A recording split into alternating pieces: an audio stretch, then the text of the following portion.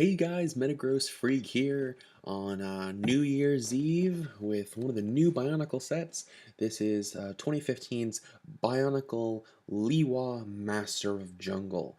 Um, this is the box that probably no one cares about. However, it is ages 7 to 14, number 70784, with 85 pieces.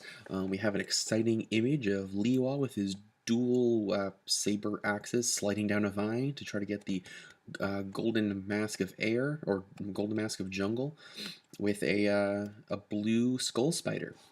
So I'm going to be doing something new with these videos. I'm not going to explain this probably in the others, but I'm going to be trying to do individual clips. So if it seems a little jumpy, I'm sorry. Depending on how well it goes with the Lewa video, I may or may not do that with all of the Bionicle videos, or maybe even videos to come. And I'll let you know once I figured it out. So I'll see you in a minute. Bye. Hey, so I have the box open. It's kind of weird. It has this kind of like almost like briefcase-like latch on it. I don't know why I did this in a second take. I'm sorry, I'm still getting used to the new format because this is literally the first time I've used it.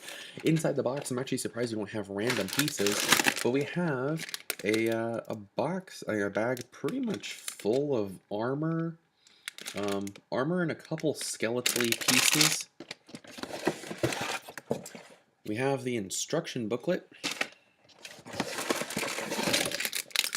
some smaller pieces, and we have his spine, I guess.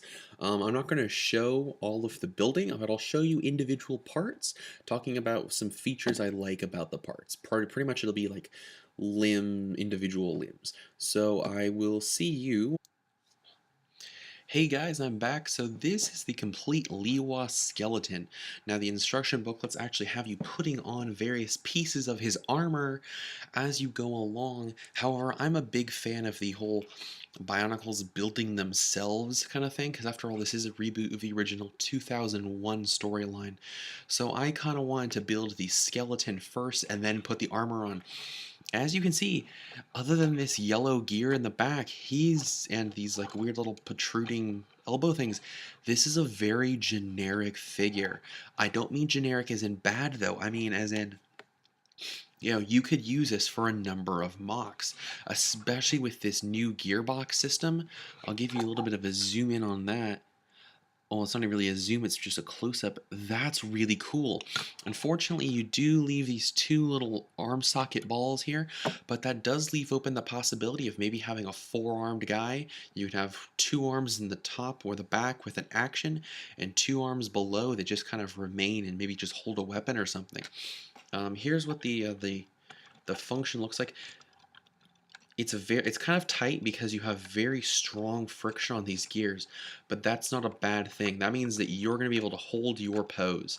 In fact, if you look, these arm joints, I'm able to completely move this arm, and yeah, I have a finger on these gears, and while I can feel the gears moving a little bit, there's a lot of friction on these arm joints, meaning you're going to be able to pose him or pose her, depending on which toe you have. You're going to be able to pose them without much worry of messing up your arms, which I remember back in the Toa Mata, the Toa Nuva, and for the Toa Metru, that was a big issue. They finally got it fixed with the Toa Hordeca because they switched up the gear system, but that was the last time we really saw the big gears in Bionicle, and they're finally bringing it back. So I'm going to armor him up as if he was landing on the beach. I have everything ready and set up, so this is how he would look. He's got these two, people are calling him Keat Orange. I just call them Kitungu Yellow. Plates on his elbows, and you can hear that's a very good click. That means that these are going to be strong. These don't really wobble around a lot. They have a little bit of a wiggle, but you have to like kind of manipulate it. He also has these two yellow pads on the bottom of on his shins, and for the first time in Bionicle history, we have knee pads. I mean, technically they're not directly over the knee, but he's got some knee defenses Considering that he is swinging through the jungle and probably has some crash landings, I would not be surprised. If he looks shorter, by the way, it's because I do have the knees bent. That's to both give him more of an aggressive stance. But let me straighten out these legs a little bit. Um, so you can see he's kind of crouching a little bit, but I think of that more as a ready to pounce stance. Um, He's a little wobbly, but that's just because I haven't worked out the balance of his feet yet. Next up, interesting enough, almost like a cargo pants. I know Three Virtues said cargo pants, but almost kind of like a cargo pants or shorts, or even like side like a not stirrups, but like uh, a half pants kind of thing. He's got the armor on the sides, which is really rare. Usually you see it on facing front like that. So having it facing sideways is interesting. Um, and then we also have, but it makes up for it by the fact that we have forward-facing armor on the forearms. So he's got a little bit more bulk to his arms and thinner, kind of, well, springier legs. And I kind of like that. I'm going to straighten out his legs just so he doesn't look so short. Um, and that's the main body armor for the arms and the legs. Interestingly enough, he does have a couple decals, though they're not really big. The first is probably the only time we'll ever see a tail. You get one of these kind of claw blades. I was really hoping that there would be a port in the back to put in his fins for when he goes into his, I guess you call it a super mode or whatever. But he has a little port here in the back. You can plug in his blade thing, and basically it gives him a tail. It's not an official tail, it's technically back armor, but it kind of looks like he has a tail since silver is in his color scheme. This is his torso. Essentially, it's a, I'm just going to call it a lime green. Other people have been calling it Green Lantern green, but it's a lime green torso with a printed chest plate, a printed breastplate, I can call it. I'm not afraid to say the word breast on my channel.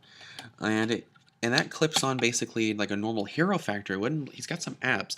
Unfortunately, he does lose a little bit of neck space because, as you can see, the brain stock kind of hits the part of the gearbox. So if you want him to be able to look up, like that's it for looking up. He can look straight forward, but if you want him to be able to look upwards, you're going to need to take out that eye stalk. He can look down, though the weight of the eye stalk will push this up. So you have to be careful you don't move his head down too much, because you run the risk of possibly popping off your own mask. I'll put the mask on last because the mask is the most important thing.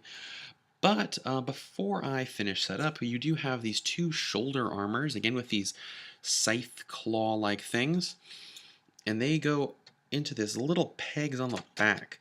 And because of the way they're designed, they don't have a lot of articulation.